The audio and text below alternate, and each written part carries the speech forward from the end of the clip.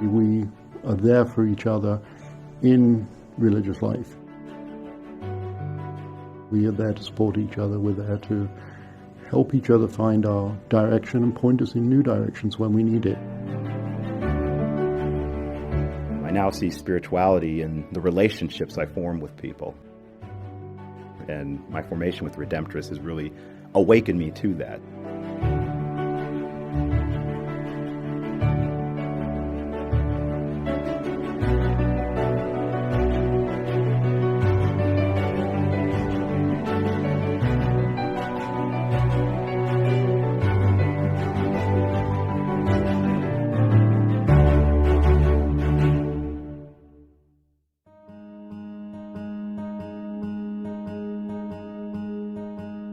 So let's begin with a prayer.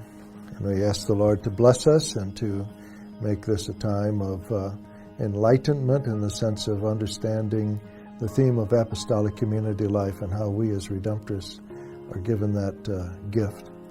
So together, let us ask Mary. We have a formal time that we call novitiate. And so that's where you would take a break from formal work life and formal study life. And it's more of a retreat year, where a person would study the history of our congregation, how we began and how we got to where we're at today. They would do a little bit more intense prayer under the direction of a novice master. And again, they would more deeply ask that question, do I feel called to dedicate my life to this? So today we're going to talk about Redemptorist Apostolic Community. And we're going to note for ourselves how that's a little different from just the community life in the church in general. Looking at our life as Redemptorists, I think community means a lot to us. We come together to pray, and we share the same task, like in terms of work, and we support each other in terms of like brothers.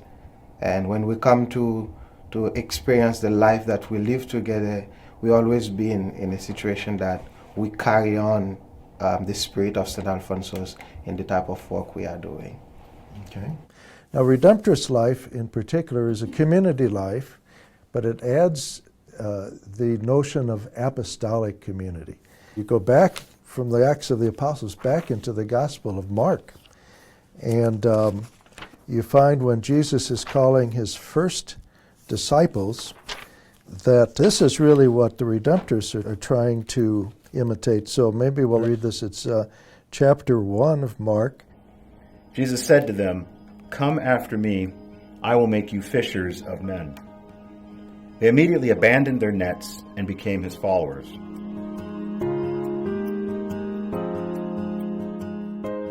When I think about Alphonsus and how he believes that there's that call to love Jesus and the call to help others to love Jesus. And when I think about the people we're called to minister to and minister with, and a lot of these people, they know marginalization and know dehumanization and degradation, and they're often dismissed. I think Alphonsus was really recognizing that the need really was for getting people to recognize the way Jesus was already loving them. I, Kevin Zubel, resolve to continue with confidence to follow Christ, the Savior of the world, in the congregation of the Most Holy Redeemer. And so I renew my profession of chastity, of poverty, and of obedience. I do this so that apostolic charity may always increase in me and in the whole congregation for the good of the whole. We understand the vows not so much as a mark of distinction, but as the only way we could do our mission. The only way we can be completely available to each other in community, and the only way our community can be completely available to the people we're called to serve. The vows we take, I think, helps us demonstrate our commitment to our relationship with Christ. We're not tied down by possessions. We're not tied down by a single relationship that prevents us having other relationships with others. And we're not tied down with the notion of I'm not available to go to somewhere or to do something that we may not have thought of for ourselves. These fellows, they're often in their 20s or 30s, even their 40s or their 50s, and they've all pretty much had not only an education, but a career or 2 careers, and they are able to bring lots of talents and develop skills to our work as Redemptorists that we kids, when we went in, never had. We come from various backgrounds, but we are one family in God.